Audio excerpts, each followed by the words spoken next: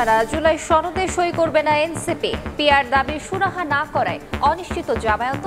সংবিধানের মূলনীতি সংযুক্তি চায় বামপন্থী 4 দল। নোট অফ ডিসেন্ট অন্তর্ভুক্ত থাকলে সিদ্ধান্ত নেবে বিএনপি।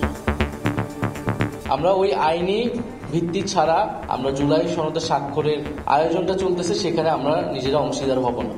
তারা যদি সংশোধিত সংস্করণ দেয় সেগুলোতে আমরা স্বাক্ষর করব। জুলাই সনদ স্বাক্ষর অনুষ্ঠানের পূর্ব মুহূর্তে আমরা আজকে প্রস্তাব দিচ্ছি, এই জাতির অধিকাংশ জনগণ, অধিকাংশ ভোটার পিআর পদ্ধতির পক্ষে। ওই দল যদি পড়ে গেছে যে ওরা করবে না যদি ওদের পিআর না হয়, অবশ্যই সনদে স্বাক্ষর করব যদি নোট অফ ডিসেন্ট দিয়েছি সেগুলো যদি লিপিবদ্ধ করা হয়। দেখছিলেন প্রধান শিরোনাম। সন্ধ্যার সময়ের সঙ্গে আছি আমি আলিশা ইসলাম। আর অন্যান্য শীর্ষ সংবাদ।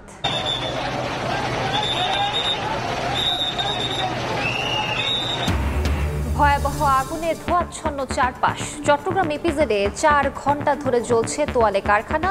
দাহ্য পদার্থ থাকায় নিয়ন্ত্রণে হিমশিম অবস্থা। এইচএসসি পরীক্ষায় 2 দশকের মধ্যে পাশের হার সর্বনিম্ন। উচ্চ মাধ্যমিকে উত্তীর্ণ প্রায় 59%, কমেছে জিপিএ-5। এবারও এগিয়ে মেয়েরা। রাকসুতে ভোট উৎসব শেষে চলছে গণনা। কারচুপির পাল্টাপাল্টি অভিযোগ ছাত্রদল ও শিবিরের। আমলে নিয়ে তদন্ত করে ব্যবস্থার আশ্বাস উপাচার্যের। এবং জুলাই হত্যাযজ্ঞের দায়ে শেখ হাসিনা ও কামালের মৃত্যুদণ্ডের আবেদন প্রসিকিউশনের। চাংখারপুল হত্যা মামলায় উপদেষ্টা আসিফ মাহমুদের সাক্ষ্য ও জেরা সম্পন্ন।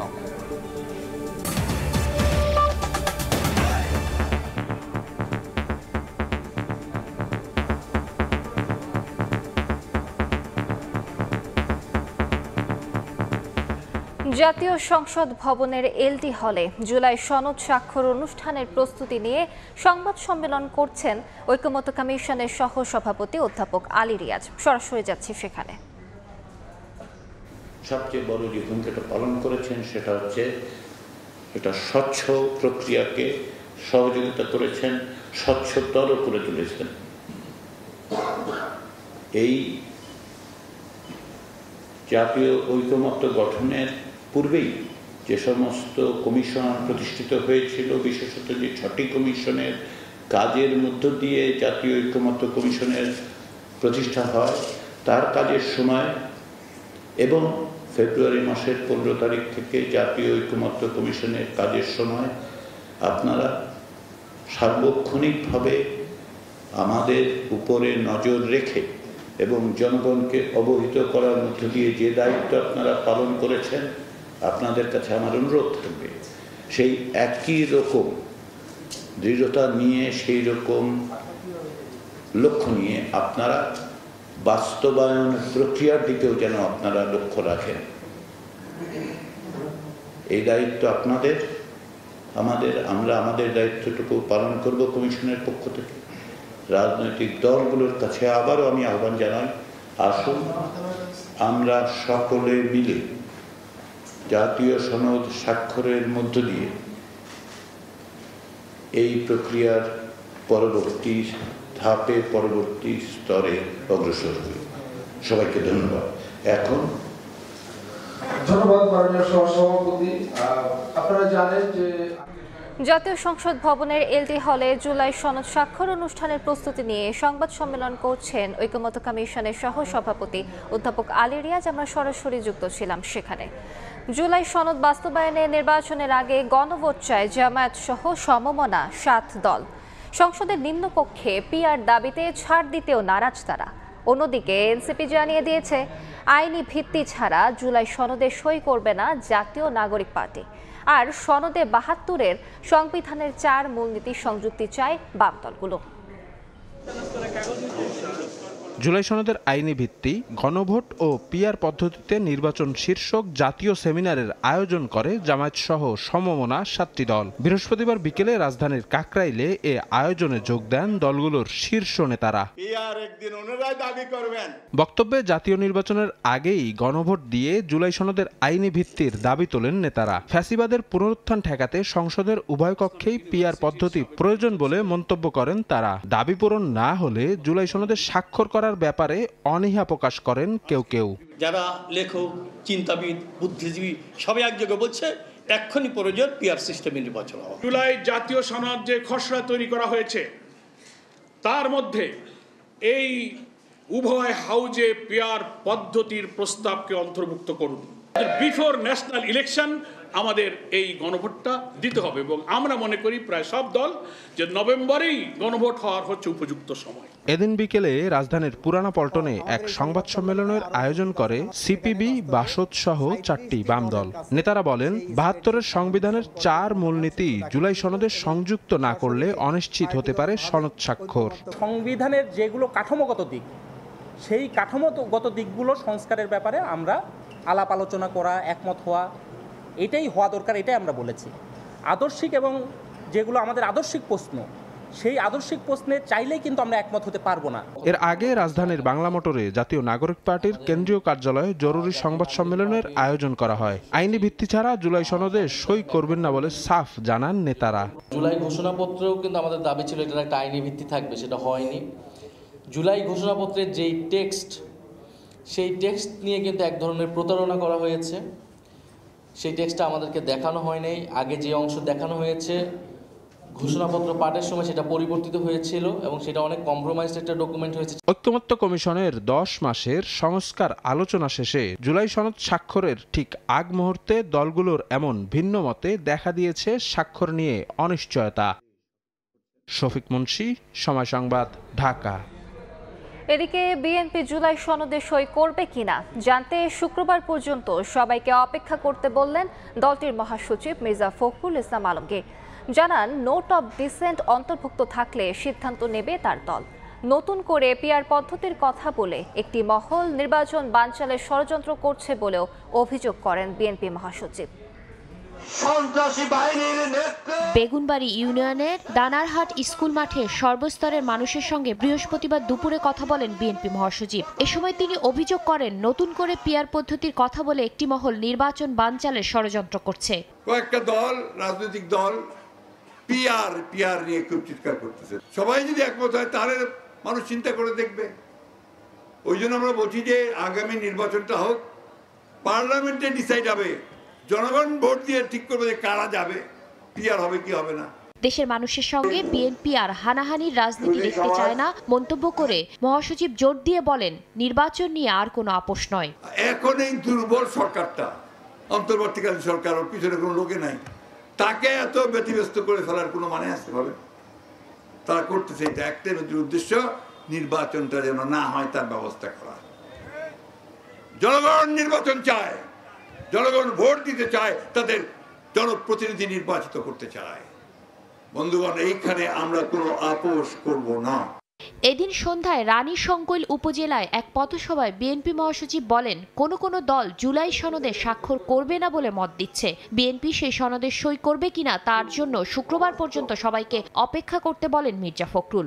আমরা বলেছি যে আমরা অবশ্যই সনদে স্বাক্ষর করব যদি আমাদের যে কথাগুলো আমরা বলেছি সেগুলোকে যদি লিপিবদ্ধ করা হয় এবং যেগুলোতে আপনার কনসেন্ট দেয়নি, নোট অফ ডিসেন্ট দিয়েছি, সেগুলো যদি লিপিবদ্ধ করা হয় এবং আমরা গণভোট মেনে নিয়েছি যে নির্বাচন দিনেই গণভোট হবে। সুতরাং আমরা এখন পর্যন্ত অত্যন্ত ইতিবাচক ভূমিকা পালন করেছি। আপনার আগামী দিনই আপনারা জানতে পারবেন যে বিএনপি স্বাক্ষর করবে কিনা। দেশের উন্নয়নের স্বার্থে হিন্দু, বৌদ্ধ, খ্রিস্টান সহ সব ধর্মের মানুষের কাছে ধানের শীষ মার্কায় ভোট চান বিএনপি মহাসচিব। হিন্দু মুসলিম বেঁধেছে জোট, হিন্দু মুসলমান এক হয়। শাতিলা শারমিন, সময় সংবাদ। চট্টগ্রাম ইপিজেডে 4 ঘন্টা ধরে জ্বলছে তোয়ালে কারখানা। অগ্নিকাণ্ডের সবশেষ খবর জানাতে ঘটনাস্থলে আছেন রিপোর্টার পার্থ প্রতিম বিশ্বাস। সরাসরি যাচ্ছি তার কাছে। পার্থ, চট্টগ্রামের ইপিজেড এলাকায় যে কারখানাটিতে বিকেল 3টার পর আগুনের সূত্রপাত হয়েছিল, সেই আগুন কিন্তু এখনো জ্বলছে এবং যদি বলি সেই ভবনটি পুরোটিতেই কিন্তু আগুন চারিদিক থেকে ছড়িয়ে পড়েছে। এই মুহূর্তে আগুন আসলে কোনোভাবেই আর নিয়ন্ত্রণে আনা সম্ভব হচ্ছে না, সেটি কিন্তু আমরা দেখছি। এই মুহূর্তে কিন্তু দাউ দাউ করে জ্বলছে চট্টগ্রামের ইপিজেডের কারখানার আগুন। সেক্ষেত্রে বিকেলে আসলে 3টার পর থেকে যে আগুন আসলে এখানে লেগেছে, সেই আগুন কিন্তু এখন কোনোভাবেই নিয়ন্ত্রণে আনা সম্ভব হয়নি। আপনারা দেখছেন পুরো ভবন জুড়ে আগুন জ্বলছে। প্রথমে 8 তলায় আগুন লেগেছিল, এরপর 7 তলায় 6 তলায়। তখন ফায়ার সার্ভিস আমাদেরকে বলেছিল আগুন তারা নিয়ন্ত্রণে রাখার চেষ্টা করছে, কিন্তু এরপরে আসলে সন্ধ্যার দিকে বা সন্ধ্যা 5:30-6টার দিকে আমরা যেটি দেখেছি, আগুন কিন্তু নিচের যে ভবনগুলো, নিচের যে তলাগুলো, নিচের তলায়ও কিন্তু ছড়িয়ে পড়েছে। এখন এই মুহূর্তে আমরা দেখছি পুরো ভবন জুড়েই কিন্তু আসলে আগুন দাউ দাউ করে জ্বলছে। এখানে যে মালামালগুলো ছিল সব একেবারেই পুড়ে গেছে বলা যায় নির্দ্বিধায়। এবং এখন যেটি আশঙ্কার বিষয় সেটি হচ্ছে ভবনটি কিন্তু যে কোনো মুহূর্তে ধসে পড়তে পারে। সেই কারণে আর এখানে যে প্রচণ্ড পরিমাণে তাপ, সে কারণে ভবনের আশেপাশে দাঁড়িয়ে আগুন নিয়ন্ত্রণের চেষ্টা করাটাও কিন্তু এখন অনেকটাই দুরূহ বিষয় হয়ে দাঁড়িয়েছে। আমরা অনেক দূরে দাঁড়িয়ে থাকার পরও কিন্তু প্রচণ্ড তাপের কারণে এই মুহূর্তে কাছে যাওয়া যাচ্ছে না। সেক্ষেত্রে ফায়ার সার্ভিসের সাথে আমরা কথা বলেছিলাম, তারা আমাদেরকে জানিয়েছে আসলে ভবনটি এখন ঝুঁকিপূর্ণ হয়ে উঠেছে। কারণ হচ্ছে চারিদিক থেকেই কিন্তু আগুন জ্বলছে। আসলে উত্তর দিকের যে আগুন, সেটি কিন্তু কোনোভাবেই নিয়ন্ত্রণে আনতে না পারার কারণেই আগুনের যে ভয়াবহতা, আগুনের যে তীব্রতা, আগুনের যে লেলিহান শিখা, সেটি কিন্তু আসলে চারিদিকেই কিন্তু ছড়িয়ে পড়েছে। ঠিক 2:30 থেকে 3টার মধ্যে এই আগুনের সূত্রপাত হয়েছিল 8 তলার ফ্লোর থেকে। আসলে কিভাবে আগুন লেগেছে সেটি কিন্তু প্রাথমিকভাবে আমাদেরকে জানাতে পারেনি ফায়ার সার্ভিস। তার কারণ হচ্ছে এখনো পর্যন্ত আগুন কোনোভাবেই নিয়ন্ত্রণে আনা সম্ভব হয়নি। আগুন যখন নিয়ন্ত্রণে আসবে তখন নানা হয়তো তদন্ত কমিটি হবে, সেই তদন্ত কমিটির মাধ্যমে হয়তো জানা যাবে কিভাবে এখানে আগুন লেগেছিল। তবে আমরা এখানে আসার পর যেটি দেখেছি, ফায়ার সার্ভিসের 16 থেকে 18টি ইউনিট আগুন নিয়ন্ত্রণের জন্য এখনো পর্যন্ত কাজ করছে। নৌবাহিনীর অগ্নি নির্বাপক দল, বিমান বাহিনীর অগ্নি নির্বাপক দল, সেক্ষেত্রে সেনাবাহিনী, বিজিবি সবাই কিন্তু এখানে অবস্থান করছেন এবং বিমান বাহিনীও কিন্তু আগুন নিয়ন্ত্রণে কিন্তু কাজ করছেন, নৌবাহিনী কাজ করছেন ফায়ার সার্ভিসের সাথে। কিন্তু আসলে আগুনের যে তীব্রতা সেটি কিন্তু কোনোভাবেই কমানো সম্ভব হয়নি। আমরা ফায়ার সার্ভিসের সাথে কথা বলে যেটি জেনেছি, ফায়ার সার্ভিস যেটি আমাদেরকে জানিয়েছে, আসলে এখানে টাউলের গোডাউন কিংবা যে পিপি পরে সেগুলোর কারখানা কিংবা গোডাউন এখানে ছিল। সেই কারণে এছাড়া বিভিন্ন রাসায়নিক পদার্থ এখানে থাকতে পারে এবং বিভিন্ন দাহ্য পদার্থ থাকার কারণে আসলে এই আগুন কিন্তু কোনোভাবেই নিয়ন্ত্রণে আনা সম্ভব হয়নি। তবে এখন যেটি আতঙ্কের বিষয়, আশেপাশে কিন্তু অনেক এই পিতেটের ভিতরে যেহেতু অনেক কারখানা রয়েছে, যদি আগুন উপরের তলা পর্যন্ত নিয়ন্ত্রণে রাখা যায় বা নিচে যদি ছড়িয়ে পড়ে পার্শ্ববর্তী যে কারখানাগুলো রয়েছে সেখানেও কিন্তু আগুন ছড়িয়ে পড়তে পারে, এমন আশঙ্কা কিন্তু অনেকের মধ্যে রয়েছে। তবে এই কারখানায় যারা কাজ করত তাদের সাথে আমরা কথা বলার চেষ্টা করেছিলাম, কয়েকজনের সাথে। তারা অনেকটা কান্নাজড়িত কণ্ঠে তারা বলছেন তাদের এই কারখানার উপরেই তাদের আসলে পরিবার চলে। এখানে যারা কাজ করেন আসলে পুরো কারখানাটি কিন্তু আগুনে একেবারেই জ্বলে পুড়ে ছারখার হয়ে গেছে। তো সেক্ষেত্রে বলা যায় যারা এই কারখানাতে কাজ করতো তারাও অনেকটাই নিঃস্ব হয়ে গেছে এবং এই কারখানার প্রচুর পরিমাণে গোডাউন মাল ছিল, সেগুলো রেডি ছিল। সে মালগুলো আসলে বাইরে পাঠানোর জন্য বা যেখানে দেওয়ার কথা সেখানের জন্য পুরোপুরি প্রস্তুত ছিল, এমনটি আমাদেরকে জানিয়েছে উপরের গোডাউনে কিংবা নিচে যে গোডাউন রয়েছে এবং নিচে বিভিন্ন ধরনের যে রাসায়নিক আসলে বিভিন্ন পদার্থ রয়েছে, মেশিন রয়েছে, সেসব মেশিনও কিন্তু কয়েক কোটি টাকা দাম রয়েছে বলে এমনটি আমাদেরকে জানিয়েছে। সরাসরি যুক্ত ছিলাম চট্টগ্রাম ইপিজেডে। চট্টগ্রাম ইপিজেডে আগুনের সবশেষ খবর জানতে ভিজিট করুন সময় সংবাদের ফেসবুক পেজে। সন্ধ্যার সময় আরও থাকছে।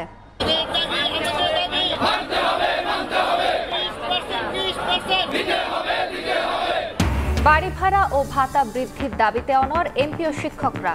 উপদেষ্টার সঙ্গে বৈঠকে সুরাহা না হওয়ায় ক্ষোভ, 24 ঘন্টায় সমাধান না হলে আমরণ অনশনের ঘোষণা। এবার এইচএসসি ও সমমানের পরীক্ষায় কমেছে পাশের হার ও জিপিএ-5। মোট পাশের হার 58.83। এবারও পাশের হার ও জিপিএ-5-এ এগিয়ে মেয়েরা। নিম্নগামী ফলাফলের কারণ অনুসন্ধানে কাজ করবে শিক্ষা বোর্ড।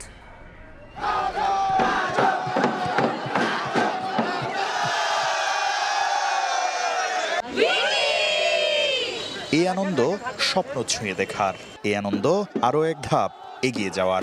12 বছর সাধনার ফল হাতে ধরা দিয়েছে। তাই বাঁধ ভাঙা উচ্ছ্বাসে মাতোয়ারা শিক্ষার্থীরা। আমরা 4 জন ছোটবেলার ফ্রেন্ড, আমরা সবাই একসাথে ভালো রেজাল্ট করেছি। বৃহস্পতিবার চলতি বছরের এইচএসসি ও সমমানের পরীক্ষার ফলাফল প্রকাশ করা হয়। এবার পাশের হার 58.83%। গত বছরের তুলনায় পাশের হার কমেছে 18.95%। জিপিএ 5 কমেছে প্রায় 77,000। আব্বু আম্মু যে খুশি হয়েছে এই জিনিসটা আমার কাছে আসলে ম্যাটার করে। এবার 9টি সাধারণ শিক্ষা বোর্ডে পাশের হারে শীর্ষে ঢাকা বোর্ড। সর্বনিম্ন পাশ করেছে কুমিল্লায় 48.86%, আর সবচেয়ে কম জিপিএ 5 সিলেট বোর্ডে। বরাবরের মতো এবারও ভালো ফলাফলে এগিয়ে মেয়েরা। এবার শতভাগ পাশ করা প্রতিষ্ঠান 1388টি থেকে কমে 345টিতে নেমেছে। শূন্য পাশ করা শিক্ষা প্রতিষ্ঠান বেড়ে 65 থেকে 202টিতে পৌঁছেছে। আমরা সবাই খুব খুশি, আমি বলে বুঝাতে পারবো না। শুকরিয়া। আন্তঃশিক্ষা বোর্ড বলছে যথাযথ প্রক্রিয়ায় মূল্যায়নের কারণে প্রকৃত পাশের হার বের হয়ে এসেছে, আর নিম্নগামী ফলাফলের কারণ অনুসন্ধানে কাজ করার কথা জানিয়েছে শিক্ষা বোর্ড। মার্কিং করবেন, বেশি বেশি দিয়ে পাশের হার বাড়াতে হবে, এরকম কোনো প্রশ্নই ওঠে না। বোর্ডের তরফ থেকে এইটি কোনো থাকার প্রয়োজনই নেই এই ধরনের ভাবনা। এদিকে এইচএসসির নিম্নগামী ফলাফলের কারণ অনুসন্ধানে বিশেষজ্ঞ সহ অংশীজনদের নিয়ে পর্যালোচনার জন্য একটি প্যানেল গঠন করা হবে বলে জানিয়েছেন শিক্ষা উপদেষ্টা অধ্যাপক ডক্টর CR আবরার। আমরা শিক্ষাবিদ, গবেষক, নীতি নির্ধারকদের নিয়ে একটি বিশেষজ্ঞ প্যানেল গঠন করছি, যারা ডেটা বিশ্লেষণ করে শেখার মূল ঘাটতিগুলো চিহ্নিত করবেন। এবার 11টি বোর্ডের অধীনে 12,35,661 জন পরীক্ষার্থী এইচএসসি ও সমমানের পরীক্ষায় অংশগ্রহণ করেন। শাকির আহমেদ, সময় সংবাদ, ঢাকা। রাকসু নির্বাচনের ভোট গ্রহণ শেষে এখন চলছে গণনা। এই মুহূর্তে রাজশাহী বিশ্ববিদ্যালয়ে আছেন সহকর্মী মওদুদ রানা, সরাসরি যাচ্ছি তার কাছে। রাজশাহী বিশ্ববিদ্যালয়ের কেন্দ্রীয় ছাত্র সংসদ, সিনেট ছাত্র প্রতিনিধি এবং হল সংসদ নির্বাচনের ভোট গণনা এখন পর্যন্ত শুরু হয়নি। কিছুক্ষণের মধ্যে ভোট গণনা শুরু হবে এমনটি জানিয়েছে নির্বাচন কমিশন। এবং আমরা যেটি দেখছি এখানে যারা ভোটাররা রয়েছেন তারা অপেক্ষা শুরু করেছেন এবং তারা বলছেন যে তারা ফলাফলের জানার জন্য উদ্গ্রীব। আপনাকে জানিয়ে রাখি যে এখানে রাকসু নির্বাচন কমিশনের যে প্রস্তুতি, এখানে 6টি মেশিন রয়েছে এবং যে ওএমআর ব্যালট, সেই ব্যালট গণার জন্য এক একটি মেশিন 20,187টি ব্যালট তারা গুনবেন। এবং সব মিলিয়ে এই রাকসু নির্বাচনে 29,909 জন ভোটার ছিল, এর মধ্যে 20,187 জন তাদের ভোট প্রদান করেছে এবং 69.83% ভোটার তাদের পছন্দের প্রার্থীর পক্ষে তাদের রায় দিয়েছেন। এবং তারা যেটি বলছেন যে তারা একটি সুন্দর নির্বাচন দেখেছেন, সুন্দরভাবে সেই নির্বাচনের সমস্ত কার্যক্রম শেষ হয়েছে। এখন এই ফলাফল ত্রুটিমুক্ত একটি ফলাফল নির্বাচন কমিশন তাদের উপহার দিবেন, সেটি তারা প্রত্যাশা করেন। আমরা নির্বাচন কমিশনের সাথে যেটি কথা বলেছি তারা যেটি বলছেন যে একজন প্রার্থী 6টি ব্যালটে ভোট দিয়েছেন এবং সেই 6টি ব্যালটকে এক একটি মেশিন গণনা করবেন, অর্থাৎ যে ক্যাটাগরি 6টি ক্যাটাগরি রয়েছে এক এক ক্যাটাগরির এক একটি মেশিন গণনা করবেন। ফলে একটি মেশিনে 20,187টি ব্যালট গণনা করা হবে, যার জন্য একটি বড় লম্বা সময় প্রয়োজন। এবং রাজশাহী বিশ্ববিদ্যালয় প্রশাসন এর আগে আমাদেরকে জানিয়েছিলেন যে 17 ঘন্টা পর্যন্ত সময় লাগতে পারে। আমরা সংশ্লিষ্টদের সাথে কথা বলেছি, তারা যেটি বলছেন যে 20 ঘন্টা পর্যন্ত সময় লাগতে পারে, অর্থাৎ আগামীকাল শুক্রবার বিকেলের পরে ফলাফল ঘোষণা করবে এমন প্রস্তুতি আসলে রাজশাহী বিশ্ববিদ্যালয় প্রশাসন নিয়ে রেখেছে। আমরা যেটি দেখেছি যে 6টি যে এই ব্যালটগুলো গোনা হবে সেই মেশিনগুলো প্রস্তুত করা হয়েছে। একই সাথে যারা প্রার্থী রয়েছে তাদের প্রতিনিধি সেখানে উপস্থিত রয়েছেন এবং রাকসু নির্বাচন কমিশনের যারা রয়েছে তারাও সেখানে রয়েছেন এবং তারা যেটি বলছেন যে আর 10 থেকে 15 মিনিটের মধ্যে তাদের যে ভোট গণনার কার্যক্রম সেটি শুরু হবে। আর আপনি দেখতেই পাচ্ছেন যে যেখানে ভোট গণনা করা হচ্ছে সেই কাজী নজরুল ইসলাম মিলনায়তনের সামনে ভোটার, প্রার্থী এবং তাদের সমর্থকদের অপেক্ষা রয়েছে। একই সাথে রাজশাহী বিশ্ববিদ্যালয়ের আশেপাশের যে এলাকা রয়েছে, বিশেষ করে তালাইমারি, কাজলা গেট, গেট, রাজশাহী বিশ্ববিদ্যালয়ের প্রধান ফটক, বিনোদপুর, 14 পাই এবং এর আশেপাশের যে এলাকা, সেই এলাকায় বিপুল পরিমাণ যারা উৎসাহী মানুষ রয়েছেন, বিভিন্ন রাজনৈতিক দলের সমর্থক রয়েছেন, কর্মী রয়েছেন, তারা অপেক্ষা করছেন। তবে পুলিশ যেটি বলছে যে এই ফলাফল গণনাকে কেন্দ্র করে কোনো ধরনের নাশকতা সেটি সহ্য করা হবে না, এবং যার ফলে যে 2300 পুলিশ সেটি 3 স্তরে রয়েছে, একই সাথে র্যাব এবং বিজিবি সদস্যরা রয়েছে, সব মিলিয়ে প্রশাসন বলছেন যে একটি সুষ্ঠু ফলাফল দিতে তারা বদ্ধপরিকর। এই ছিল রাজশাহী বিশ্ববিদ্যালয় থেকে আমার কাছে সর্বশেষ। সরাসরি যুক্ত ছিলাম রাজশাহী বিশ্ববিদ্যালয়ে। দেখছেন সন্ধ্যার সময়। সঙ্গে চরম দণ্ড চাইলেন chief prosecutor advocate Tajul Islam. একই সঙ্গে আসাদুজ্জামান খান কামালেরও সর্বোচ্চ শাস্তি মৃত্যুদণ্ডের আবেদন করেছে প্রসিকিউশন। ট্রাইব্যুনালে এই আবেদন জানিয়ে যুক্তিতর্ক উপস্থাপন শেষ করেছে প্রসিকিউশন। হাসিনা ও কামালের স্থাবর অস্থাবর সম্পত্তি বিক্রি করে শহীদ ও আহতদের পরিবারকে ক্ষতিপূরণ দেওয়ার আবেদনও জানানো হয়েছে। তবে রাজসাক্ষী হওয়ায় সাবেক আইজিপি চৌধুরী আব্দুল্লাহ আল মামুনের বিষয়টি আদালতের উপর ছেড়ে দিয়েছে প্রসিকিউশন। নিহত হওয়ার সংবাদটি পৌঁছালো মোটরসাইকেল আরোহী। 28 কার্যদিবসে শেষ হয় 54 জনের সাক্ষ্য গ্রহণ। টানা 5 কার্যদিবস ধরে চলে শেখ হাসিনার মামলার যুক্তিতর্ক উপস্থাপন। বৃহস্পতিবার যার ইতি টানে প্রসিকিউশন। এদিন শেখ হাসিনার অপরাধ প্রবণ মানসিকতার নানা নজির তুলে ধরেন চিফ প্রসিকিউটর। 26শে জুন 94 শহীদ জননী জাহানারা ম্যামের মৃত্যু হয়েছে সংবাদ দিলে জননেত্রী বঙ্গবন্ধু কন্যা শেখ হাসিনা আনন্দে নাচতে থাকেন আর বলতে থাকেন, মিষ্টি খাও মিষ্টি, আমার একটা প্রতিদ্বন্দ্বী দুনিয়া থেকে বিদায় হয়েছে, আল্লাহ বাঁচাইছে। বলেন জুলাই আগস্টের হত্যাযজ্ঞের সুপ্রিম কমান্ডার ছিলেন শেখ হাসিনা, ছিলেন অপরাধের নিউক্লিয়াস ও প্রাণভোমরা। যিনি ছিলেন অপরাধের নিউক্লিয়াস, কারণ তাকে কেন্দ্র করেই সমস্ত অপরাধগুলো সংগঠিত হয়েছিল। শেখ হাসিনা ও কামালের সর্বোচ্চ শাস্তি মৃত্যুদণ্ডের আবেদন জানান চিফ প্রসিকিউটর। আসামি থেকে রাজসাক্ষী হওয়ায় সাবেক আইজিপি চৌধুরী আব্দুল আল মামুনের বিষয়টি আদালতের উপর ছেড়ে দেন তিনি। প্রত্যেকটি হত্যার দায়ে একবার করে মৃত্যুদণ্ড হয়, তাহলে 1400 মানুষকে হত্যার দায়ে অন্তত 1400 বার মৃত্যুদণ্ড হওয়া উচিত। অ্যাপ্রুভারের ব্যাপারে বলেছি যে তিনি যেহেতু তথ্য উদ্ঘাটনে সাহায্য করেছেন, তার ব্যাপারে আদালত যে দৃষ্টিভঙ্গি নেবেন সেটা আদালতের ব্যাপার। শুধু শাস্তি দিলেই হবে না, হাসিনা ও কামালের স্থাবর অস্থাবর সম্পত্তি বিক্রি করে শহীদ ও আহতদের পরিবারকে ক্ষতিপূরণ দেওয়ারও আবেদন করে প্রসিকিউশন। এই আসামিরা অবৈধভাবে বিপুল বিত্ত বিভবের মালিক হয়েছেন, সেগুলোকে উদ্ধার করে এই ভিকটিমদের মধ্যে বিতরণ করার জন্য আদালতের কাছে আমরা আদেশ চেয়েছি। আগামী সোমবার এই মামলায় যুক্তিতর্ক উপস্থাপন করবে শেখ হাসিনা ও কামালের পক্ষে রাষ্ট্রনিযুক্ত আইনজীবী। এরপর মামলাটি রায়ের দিকে যাবে। আফজাল হোসেন, সময় সংবাদ, ঢাকা। 5 আগস্ট চাংখারপুলে পুলিশের গুলিতে 2 স্কুল ছাত্র আনাস ও জুনায়েদ সহ 6 জনকে হত্যা মামলায় 19তম সাক্ষী স্থানীয় সরকার উপদেষ্টা আসিফ মাহমুদের সাক্ষ্য ও জেরা সম্পন্ন হয়েছে। আন্তর্জাতিক অপরাধ ট্রাইব্যুনাল 1-এ 19তম সাক্ষী হিসেবে দ্বিতীয় দিনের জবানবন্দি দেন জুলাই গণ অভ্যুত্থানের অন্যতম এই সমন্বয়ক। এদিন সাক্ষী তিনি আবারও বলেন, ডিবি হেফাজতে থাকা অবস্থায় তাদের লিখে দেয়া আন্দোলন প্রত্যাহার সংক্রান্ত বক্তব্য পাঠ করানো হয় এবং তারা ভালো আছেন মর্মে পরিবারের সদস্যদের মিডিয়ায় বক্তব্য দিতে চাপ দেওয়া হয়। এই সংক্রান্ত 2টি ভিডিও আদালতে দাখিল করেন তিনি। পরে তাকে জেরা করেন আসামি পক্ষের আইনজীবীরা। জেরার মুখে উপদেষ্টা আসিফ মাহমুদ বলেন, আন্দোলন চলার সময় কোনো পুলিশ সদস্য আহত বা নিহত হয়েছেন বলে তার জানা নেই। অপর এক প্রশ্নে তিনি বলেন, 1 দফা কর্মসূচি ঘোষণার পেছনে কোনো বিদেশি ইন্ধন ছিল না, আন্দোলনে কোনো মাস্টার মাইন্ড ছিল না বলেও জানান তিনি। জুলাই আগস্টের হত্যাযজ্ঞের দায়ে শেখ হাসিনার দৃষ্টান্তমূলক শাস্তির দাবি জানান উপদেষ্টা আসিফ মাহমুদ।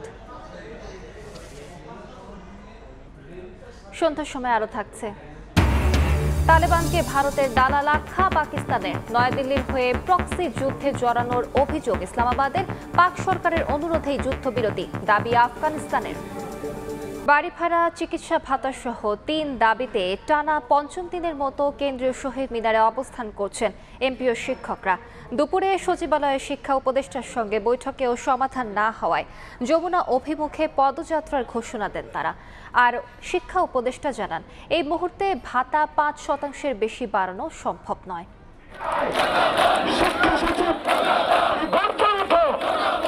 এখনও দাবি আদায়ে অনড় বেসরকারি শিক্ষা প্রতিষ্ঠানের এমপিওভুক্ত শিক্ষকরা। টানা 5ম দিনের মতো অবস্থান করছেন কেন্দ্রীয় শহীদ মিনারে। 20% বাড়ি ভাড়া ভাতা, 1500 টাকা চিকিৎসা ভাতা এবং কর্মচারীদের 75% উৎসব ভাতার দাবি আদায় না হওয়া পর্যন্ত শিক্ষা কার্যক্রমে না ফেরার হুঁশিয়ারি দেন আন্দোলনরত শিক্ষকরা। তারা অ্যাকচুয়ালি তামাশাই করতেছে, প্রতারণা করতেছে। এই দাবি আদায় না হওয়া পর্যন্ত আমরা এখান থেকে বাড়ি ফিরে যাব না। বৃহস্পতিবার দুপুরে সচিবালয়ে শিক্ষক প্রতিনিধিদের সঙ্গে বৈঠকে বসেন শিক্ষা উপদেষ্টা। শিক্ষকরা 20% প্রজ্ঞাপন জারি করে শুরুতে 10% এবং পরবর্তী বাজেটে বাকি 10% করার প্রস্তাব দেন। তাদের প্রস্তাব প্রত্যাখ্যান করে উপদেষ্টা বলেন 5% বেশি বৃদ্ধি করা সম্ভব নয়। এখন যেখানে টাকা নেই সেখানে আমাদের পক্ষে এর থেকে বেশি দেওয়া সম্ভব হচ্ছে না। সো এটা তাদেরকে জানিয়েছি। দ্বিতীয়ত আমি বাড়তি আরেকটা কথা যেটা বলেছি, সামনের বছর বাজেটে যেন আরও কিছু শতাংশ বৃদ্ধি যদি করা যায় তাহলে আমরা সেটার জন্য আমরা সুপারিশ করব। এরপর কেন্দ্রীয় শহীদ মিনারে শিক্ষক প্রতিনিধিরা জানান শুক্রবার দুপুর 2টার মধ্যে দাবি মেনে প্রজ্ঞাপন জারি না করলে আমরণ অনশন কর্মসূচি পালন করবেন তারা। সেই সঙ্গে চলবে শিক্ষকদের কর্মবিরতিও। আমাদের প্রতি সরকারের কোনো দয়া না হয়, আমরণ অনশন করতে করতে আমরা শিক্ষকরা এখানেই মৃত্যুবরণ করব। বিভিন্ন সংস্থার চাপে শিক্ষা উপদেষ্টা বৈঠকের নামে প্রহসন করেছেন বলেও অভিযোগ করেন শিক্ষকরা। মনির হোসাইন, সময় সংবাদ, ঢাকা। দেখছেন সন্ধ্যার সময়। দেশের বাইরের খবর। আফগানিস্তানের তালেবান সরকারকে ভারতের দালাল হিসেবে আখ্যা দিয়েছে পাকিস্তান। দেশটির প্রতিরক্ষা মন্ত্রী খাজা আসিফের দাবি, নয়াদিল্লির হয়ে প্রক্সি যুদ্ধে জড়িয়েছে কাবুল। জিও নিউজকে দেয়া সাক্ষাৎকারে তিনি বলেন, 48 ঘন্টা যুদ্ধবিরতি কার্যকর হলেও নজরদারি না থাকলে এ শান্তি বেশি দিন টিকবে না। এদিকে তালেবান সরকারের দাবি, পাকিস্তানের অনুরোধেই যুদ্ধবিরতিতে সম্মত হয়েছে আফগানিস্তান। এরই মধ্যে দুই পক্ষকেই সংযমের আহ্বান জানিয়েছে চীন। বিশ্লেষকরা সতর্ক করছেন, এই সংখ্যা দীর্ঘায়িত হলে তা শুধু পাকিস্তান নয়, চীন পাকিস্তান অর্থনৈতিক করিডোরের নিরাপত্তাকেও হুমকিতে ফেলতে পারে। খেলার খবর। ওয়েস্ট ইন্ডিজের বিপক্ষে 3 ম্যাচ ওয়ানডে সিরিজের জন্য 16 সদস্যের স্কোয়াড ঘোষণা করেছে বিসিবি। বাদ পড়েছেন নাহিদ রানা ও নাইম শেখ। প্রথমবারের মতো স্কোয়াডে ডাক পেয়েছেন মিডল অর্ডার ব্যাটসম্যান মাহিদুল ইসলাম অঙ্কন। এছাড়াও ফিরেছেন সৌম্য সরকার। ইনজুরির জন্য এই সিরিজেও সুযোগ হয়নি লিটন দাস ও পারভেজ হোসেন ইমনের। ধারাবাহিকভাবে রান খরায় ভুগলেও জায়গা পেয়েছেন ওপেনার তানজিদ তামিম এবং জাকের আলী অনিক। স্কোয়াডে 2 স্পেশালিস্ট স্পিনার তানভীর ও রিশাদ। পেস আক্রমণে তাসকিন ফিজের সঙ্গে আছেন তানজিম, সাকিব ও হাসান মাহমুদ। আফগানিস্তানের বিপক্ষে হোয়াইট ওয়াশ হওয়া দলের সামনে ছন্দে ফেরার চ্যালেঞ্জ। মেহেদী মিরাজের নেতৃত্বে দলের বাকি সদস্যরা হলেন শান্ত, সাইফ, হৃদয়, জাকের আলী, শামীম পাটোয়ারি এবং সোহান। 3 ম্যাচ সিরিজের প্রথম ওয়ানডেতে শনিবার ক্যারিবিয়ানদের মুখোমুখি হবে বাংলাদেশ। সন্ধ্যার সময় শীর্ষ সংবাদগুলো জানিয়ে দিচ্ছি আরেকবার। আইনি ভিত্তি ছাড়া সনদে সই করবে না এনসিপি। পিআর দাবি সুরাহা না করায় অনিশ্চিত জামায়াত। নোট অফ ডিসেন্ট অন্তর্ভুক্ত থাকলে সিদ্ধান্ত নেবে বিএনপি, আশা ছাড়ছে না কমিশন।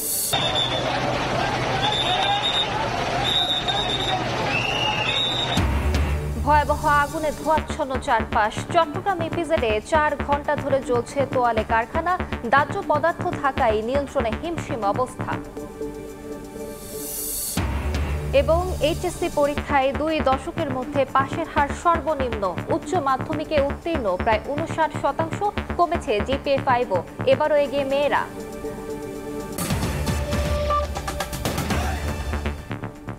এ ছিল সন্ধ্যার সময়। জনপদে সময় নিয়ে আসছি কিছুক্ষণ পর, সঙ্গে থাকুন সময়।